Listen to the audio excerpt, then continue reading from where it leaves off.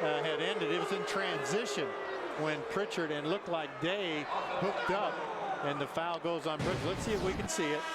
Here's the Pritchard's going to make that block, and then Indiana has it on the side. Now watch it right there is the knock with Highfeld, and then he pushes Highfeld to get him out of the way, and that is a foul right there. So he's had 2 fouls. Remember the one on the double team with Pargo outside, and then that foul, 2 silly fouls on Pritchard.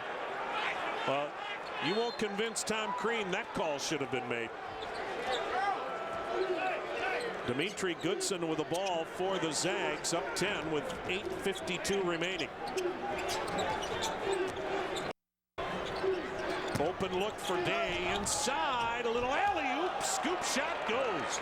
Wow, how about that shot? He had to double pump to avoid the block, didn't use the backboard, and shot the rainbow. That's a hard shot to describe. And I didn't. The alley-oop rainbow, you don't see it very often.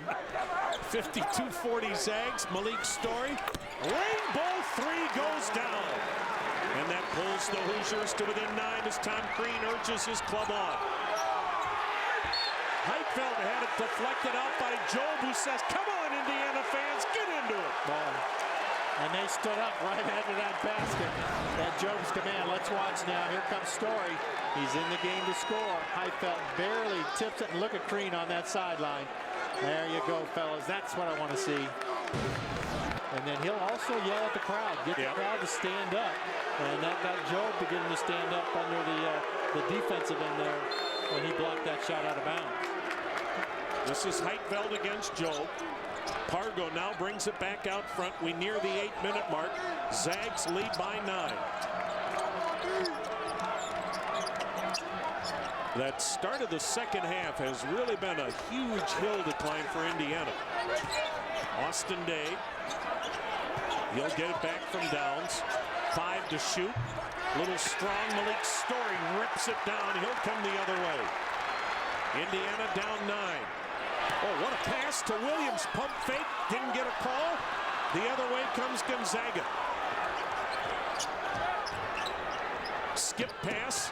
This is Day for 3. Halfway down, came out. Downs with a rebound. Pargo out front. Story almost got his 4th foul.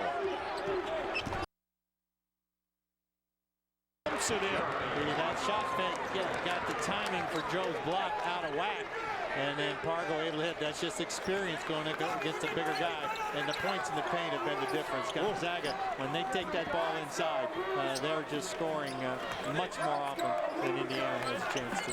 54-43 Gonzaga, just under 7 minutes to play. Malik Story with a pump fake, but couldn't shake free. Boy, Gonzaga doesn't leave their feet, do they? That's very good coaching. You don't leave your feet until your opponent does, and they stay low and stay out of foul trouble that way. Tabor beat the buzzer with a triple. His second 3-ball of the season. 54-46 Gonzaga, and the Indiana fans up roaring here at Lucas Oil Stadium. Look at the difference in 3-point shooting. It's Indiana's only hope right now. This is Micah Downs for 3, and he answers. Wow, and that double team on Pargo, and Micah Downs took that one from way outside. Gonzaga back up 11 with 6 minutes to play. Indiana has to use almost all 35 seconds of the shot clock to get a point, and Gonzaga scores in the blink of an eye. An offensive foul called on Indiana. That'll go against Joe. So Gonzaga will have the ball when we come back. Everybody getting into the act, including Kyle Tabor with a rare 3-pointer. To the championship, the win-loss records for teams in the Big Ten. Of course, all of this non-conference play. Minnesota and Ohio State still the only unbeatens in the Big Ten.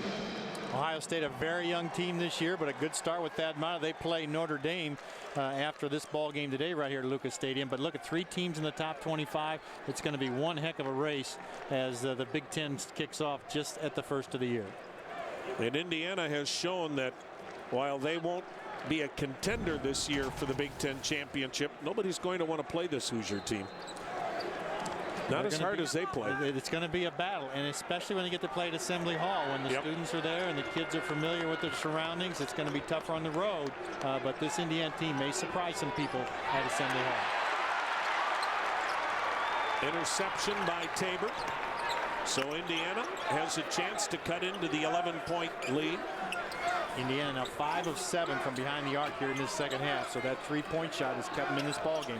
And Pritchard's back on the floor with 4 fouls. Got to. There's only 5.5 minutes left. It's time to make your last run at it. This is Story. Got the 3 ball. He has 14 points off the bench today. Indiana had 1 3-point field goal at halftime. They've made 6 this half. 6 out of 8. Tom Crean's got the crowd up again. Indiana's got to make some defensive stops coming down the stretch. Bulldogs with the ball up 8. This is Matt Bolden. He got the shot up, missed. Downs another rebound. Inside, there's all kinds of bumping and banging. Bolden with it for Gonzaga. The lob to Heitfeld. Missed the layup. He'll get another chance. And a foul. That'll go against Tabor. Well, it's kind of the story of this ball game, really, is Malik's story at the end for Indiana is able to hit the 3-point shot. It's just what Indiana needed. But then Gonzaga comes right down the floor at the other end, misses several easy opportunities, but with their height, they're able to just stay after it and keep at it until it gets it done. Josh Heitfeld, the 6'11 senior, makes a 3-point play the old-fashioned way. Gonzaga back up 60-49, 4:40 left. A little 3/4 court trap now by Gonzaga. They have so many tools and so many weapons that they can pull out, and there's a steal.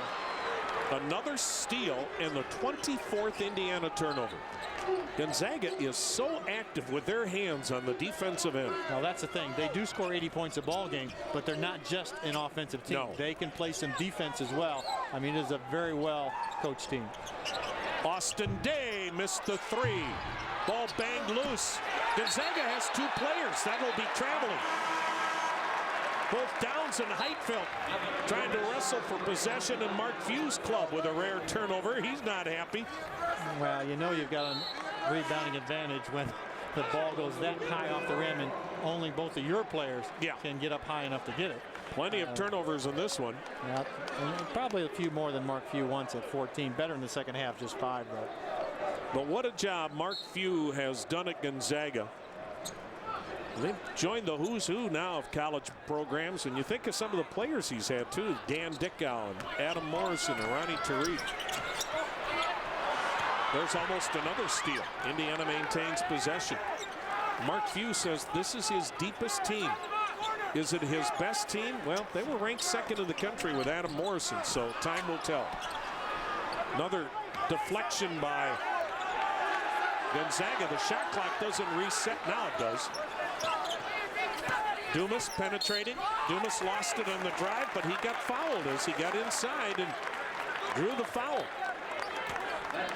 So with 3:35 remaining, Gonzaga, 5th in the country, still unbeaten, leads by 11.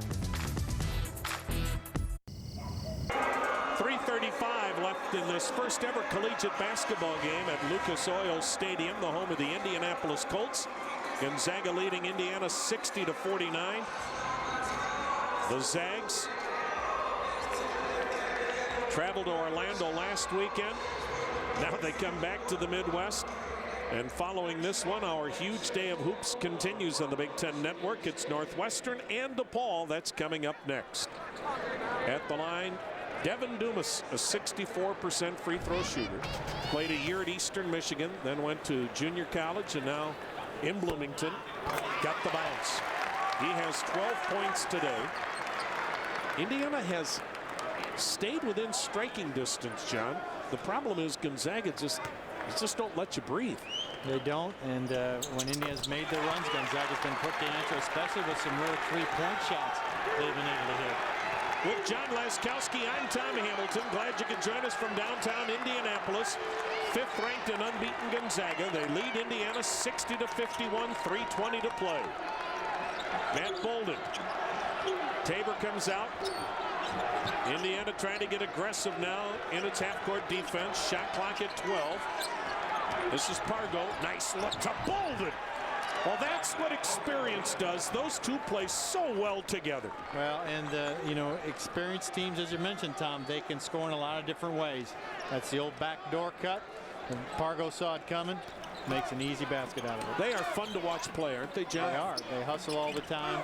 They got behind a little bit in this game, but never let Indiana feel they could win the ball game. Pargo, he traveled, didn't he? Guess not. Bolden with